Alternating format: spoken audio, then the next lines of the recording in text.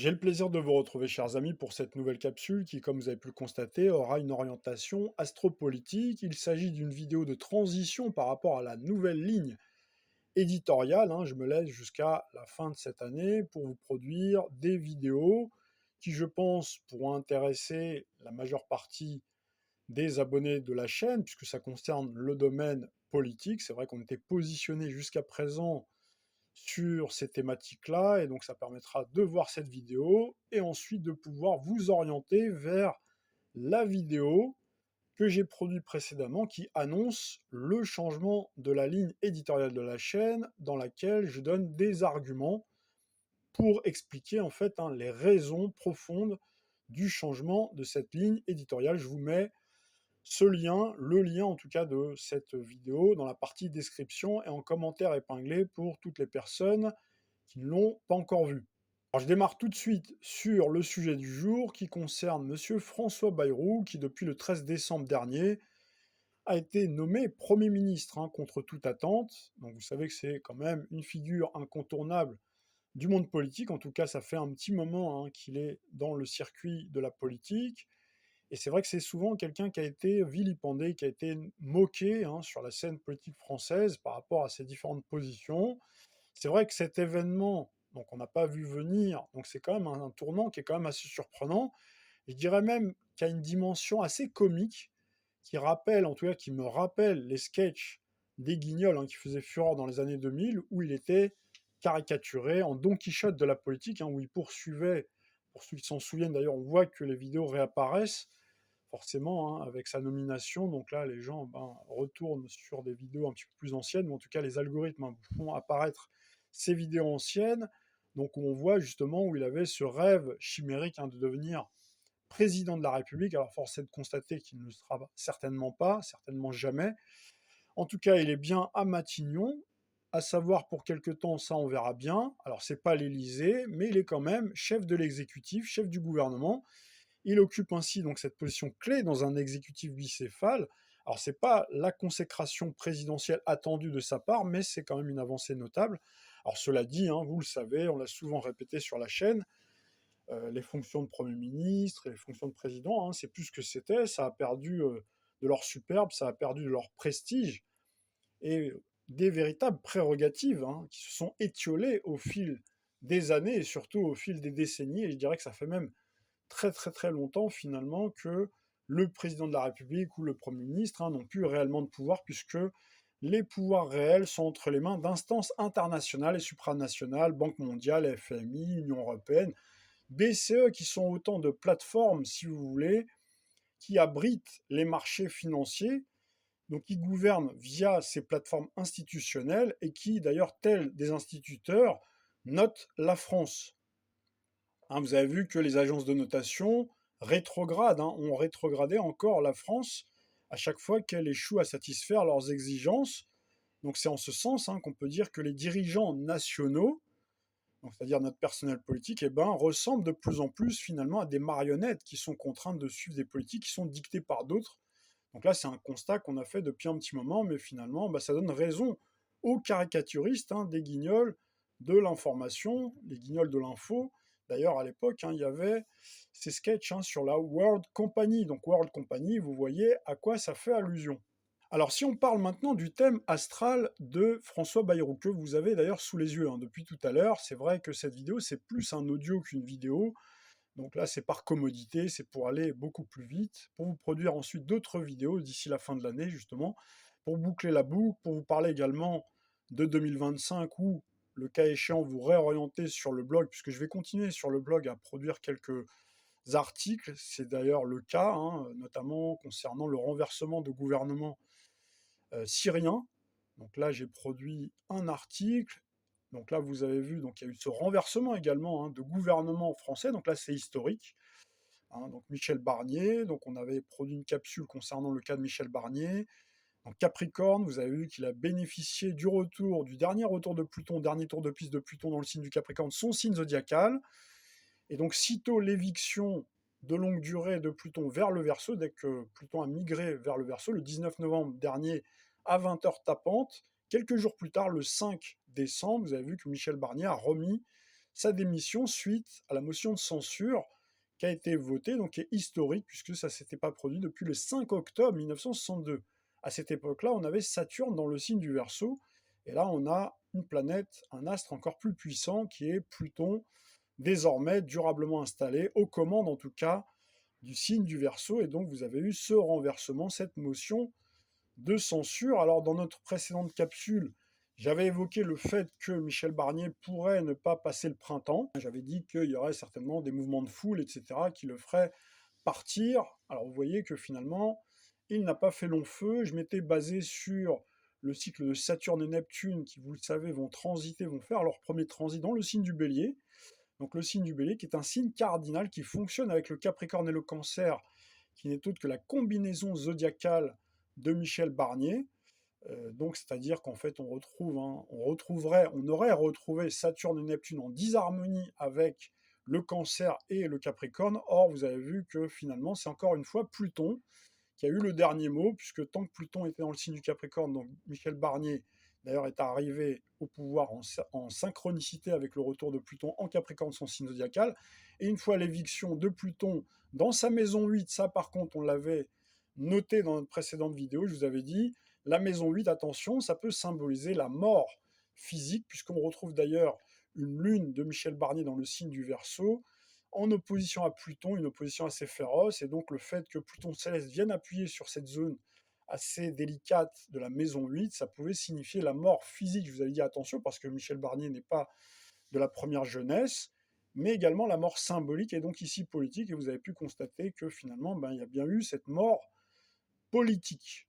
Et donc cette fois, pour revenir au thème de Monsieur François Bayrou, donc on va voir s'il va faire long feu ou non par rapport à Michel Barnier.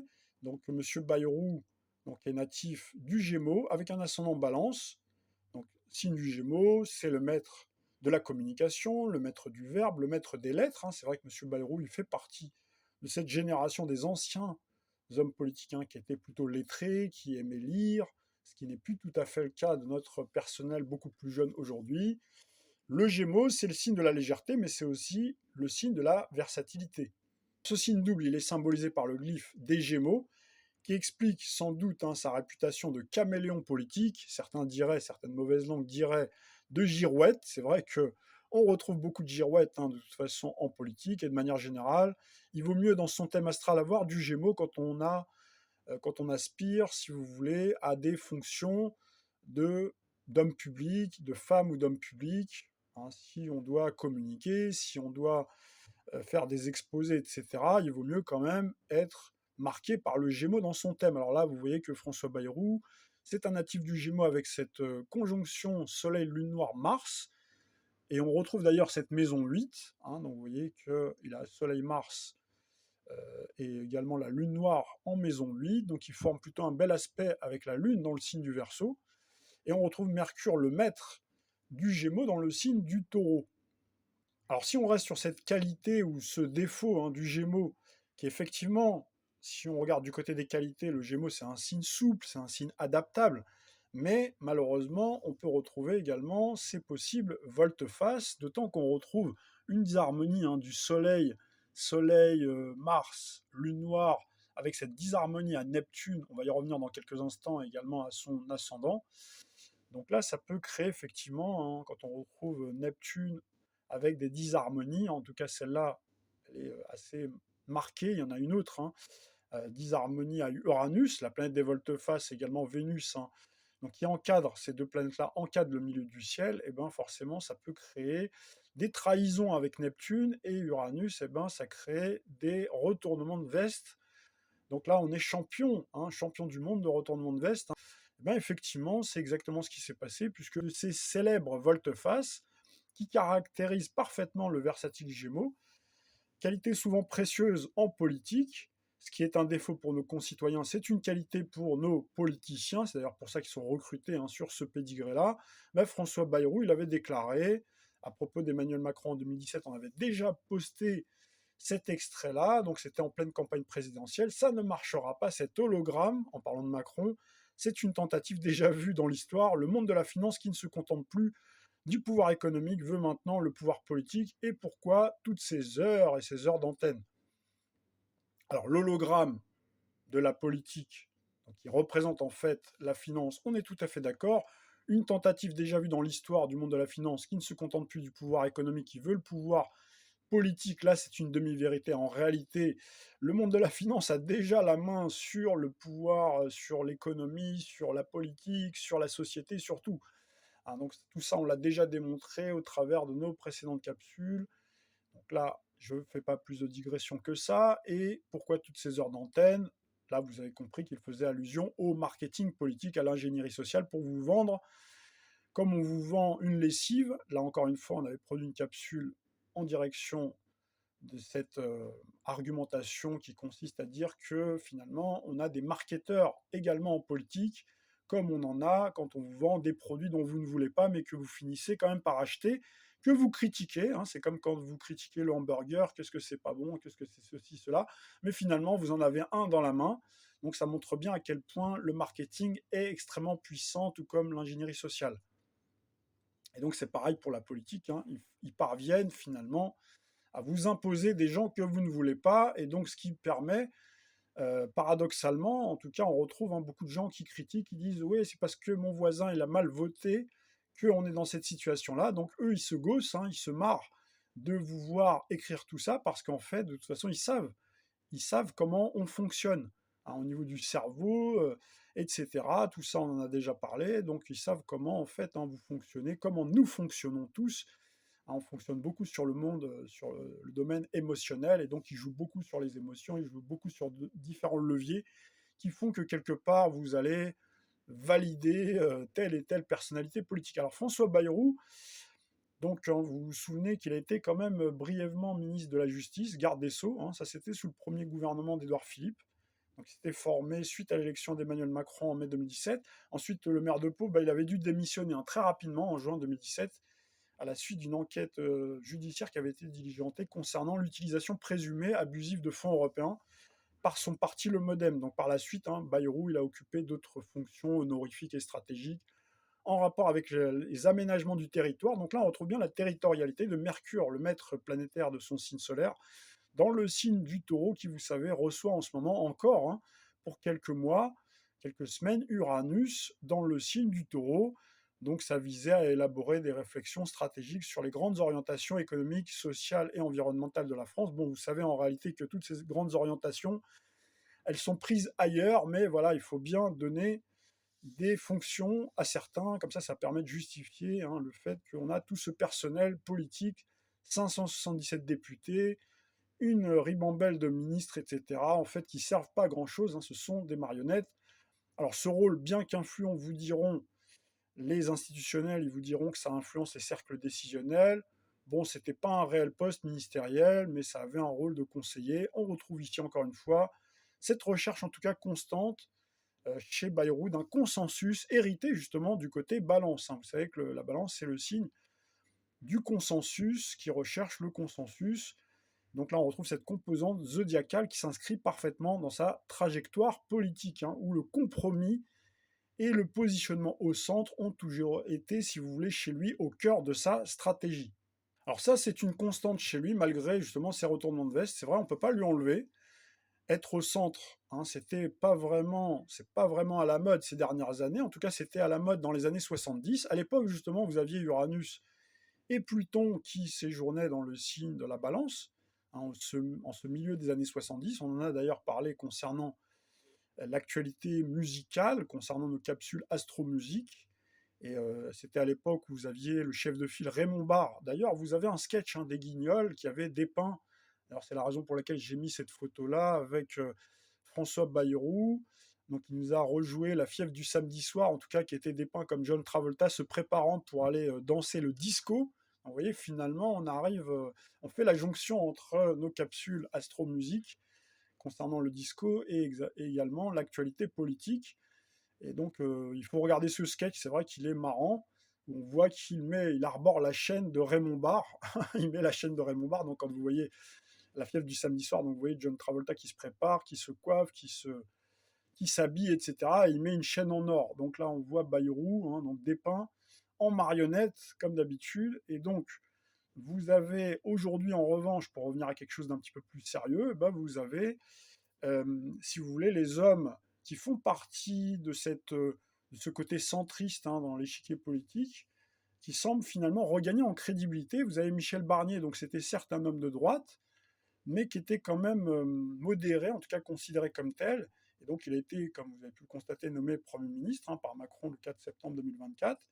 Alors bien qu'il n'a pas fait long feu, aujourd'hui on voit qu'il est remplacé par un autre pur centriste, en tout cas un centriste pur jus, pur dans l'âme, qui lui succède à Matignon.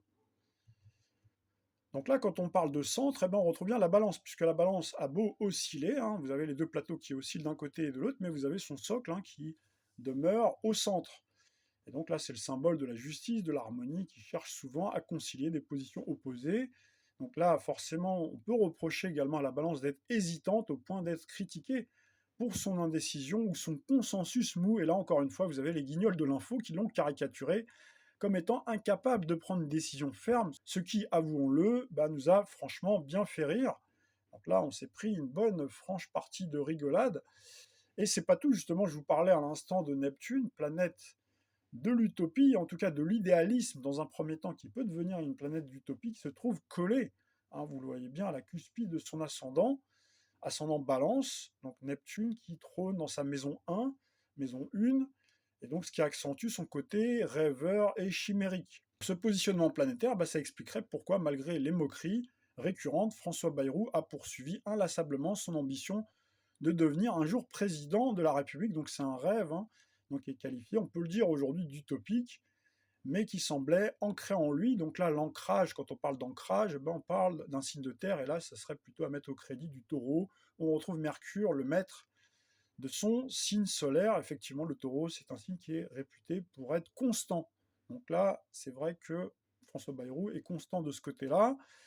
Donc il a poursuivi inlassablement son ambition de devenir président, mais qui semble donc complètement hors sujet aujourd'hui. Donc là, on retrouve également cette conjonction du conquérant Mars à son soleil en Gémeaux, qui pourrait non seulement expliquer aussi cette ténacité, le fait de remonter toujours en selle malgré les échecs, mais également son tempérament impulsif et réactif, qui est caractéristique de cette influence martienne. Donc là, vous avez un épisode marquant qui l'avait d'ailleurs rendu très populaire auprès des Français à cette époque, qui illustre bien cette spontanéité. Souvenez-vous de la gifle mémorable qu'il avait administrée à ce jeune garçon qui tentait de lui faire les poches lors de la campagne présidentielle de 2002. Donc c'était un geste qui était plutôt instinctif, qui avait fait d'ailleurs les gros titres à l'époque, et même ça lui avait permis de grimper dans les sondages, dans les enquêtes d'opinion. Alors ce mélange d'ambition ardente et de réaction parfois imprévisible, ça reflète parfaitement l'alchimie de ces deux astres dans son thème astral. Donc on retrouve cette conjonction Soleil-Mars, mais on peut également le mettre au crédit de la Lune. On voit qu'il y a d'ailleurs un trigone Soleil-Mars à la Lune dans le signe du Verseau. Donc c'est un signe qui peut effectivement être imprévisible. Donc là, il y a une résonance entre la Lune qui trône en maison 4 en Verseau, avec le Cancer, quatrième signe du zodiaque, on retrouve bien Uranus. Uranus, avec Vénus également, donc qui encadre le milieu du ciel. Uranus qui est une planète effectivement qui est très nerveuse, qui peut être extrêmement réactive. Donc comme quoi, si on se base uniquement sur la combinaison Soleil et ascendant, et même à la limite sur la signature planétaire neptunienne, donc peut avoir du mal finalement à caractériser quelqu'un, ou du moins on va avoir cette apparence. Et cette apparence, effectivement, on retrouve bien un Bayrou qu'on nous présente, qui se dégage comme étant quelqu'un de plutôt mou, quelqu'un qui a du mal à s'exprimer. En termes d'élocution, c'est pas extrêmement rapide. D'ailleurs, on retrouve une disharmonie de Mercure à sa Saturne en maison 12, donc là ça peut expliquer des problèmes d'élocution, donc là il faudra retourner dans son passé pour comprendre, mais on retrouve bien cette lenteur, Saturne de la lenteur, Mercure dans le signe du Taureau, un signe qui a plutôt, c'est pas un signe d'air, et c'est un signe qui a un signe de gestation lente, si vous voulez, d'assimilation lente. Donc tout ça, si on regarde cet ensemble-là, on se dit effectivement c'est Bayrou. Et puis vous voyez que si on étudie un petit peu plus en profondeur le thème astral, on voit que c'est quelqu'un qui peut être beaucoup plus réactif et beaucoup plus, vous voyez, bagarreur. Donc là, Soleil-Mars, alors certes, c'était un enfant qu'il avait face à lui, mais probablement que face à un adulte, il aura eu une réaction assez vive. Mais voilà, il a surpris, et donc ça l'avait rendu en tout cas un temps populaire auprès des Français, alors ce qui est bien entendu moins le cas aujourd'hui, maintenant qu'il est aux manettes, maintenant qu'il est aux responsabilités. Et donc c'est finalement à l'aube de 2025 que les astres ont souri, en tout cas pour sa carrière personnelle, à Bayrou. Pluton, l'as des transformations profondes, transite, hein, comme vous le savez actuellement, et durablement, le Verseau. Donc là, on retrouve effectivement sa lune en Verseau qui est activée. Et donc, il y a ce processus de transformation pour Bayrou qu'il propulse un petit peu plus au devant de la scène politique nationale, bien qu'il ait été avant ministre, hein, de la Justice.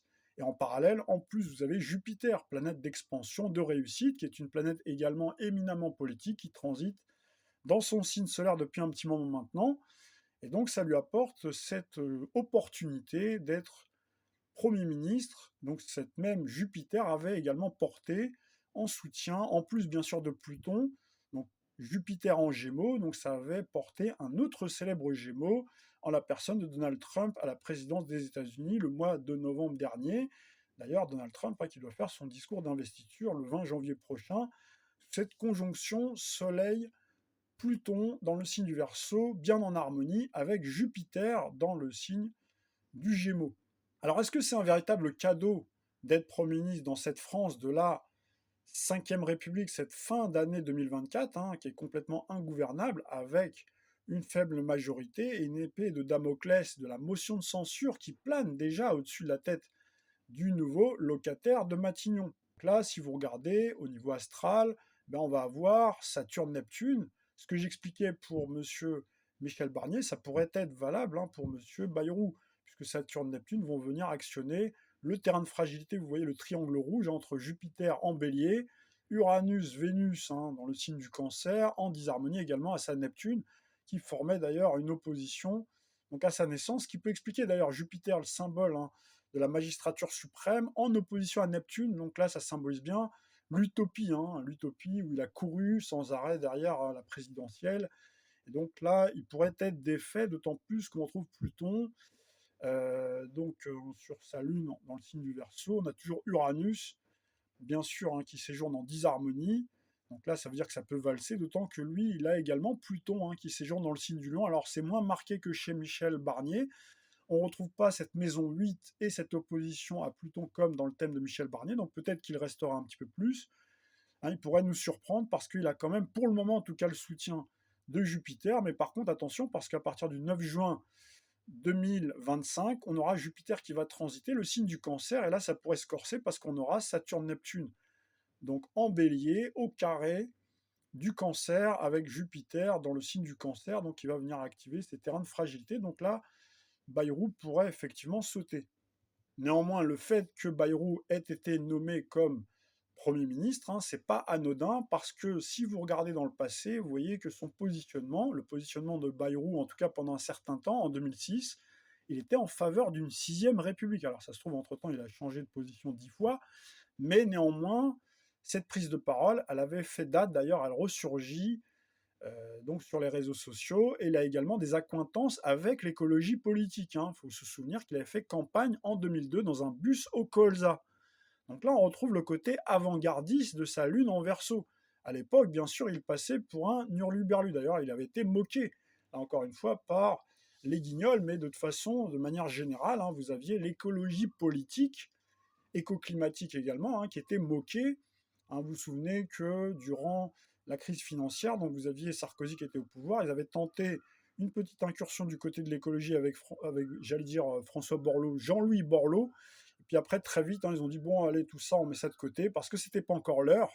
Aujourd'hui, en revanche, hein, vous avez différents changements. Donc c'est des changements, c'est même des bouleversements donc dans le paradigme politique, et vous avez désormais l'écologie politique qui s'affirme, et vous avez en face des gens qui sont prêts à prendre le pouvoir, des gens qui sont effectivement positionnés sur le fait qu'il faut en urgence remplacer la Ve République par une Sixième République, et également mettre au cœur l'écologie, au cœur de notre économie, au cœur de la politique, l'écologie.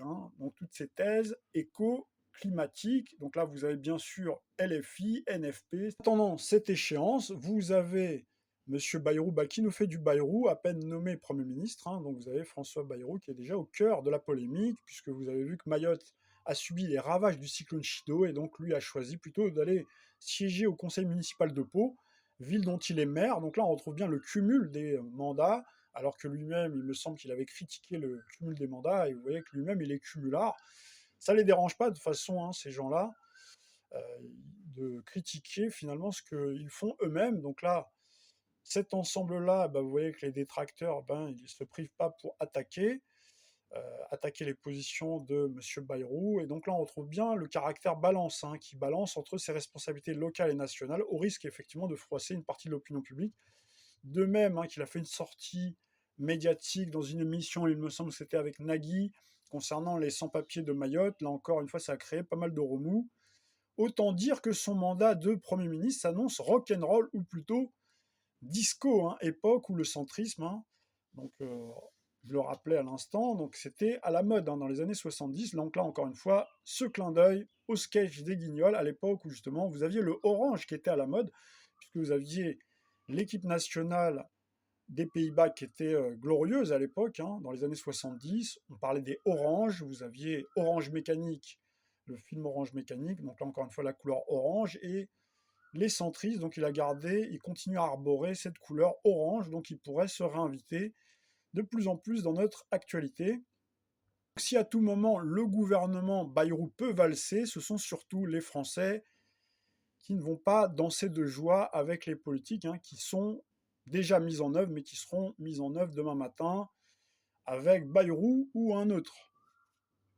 Voilà, cette chronique, chers amis, est terminée, mais j'aurai très certainement l'occasion de revenir avec une autre chronique assez vite, en tout cas avant la fin de cette année. Au pire, si mon agenda ne me le permet pas, tout sera posté sur le blog. Alors je vous souhaite d'ores et déjà de bonnes fêtes de Noël.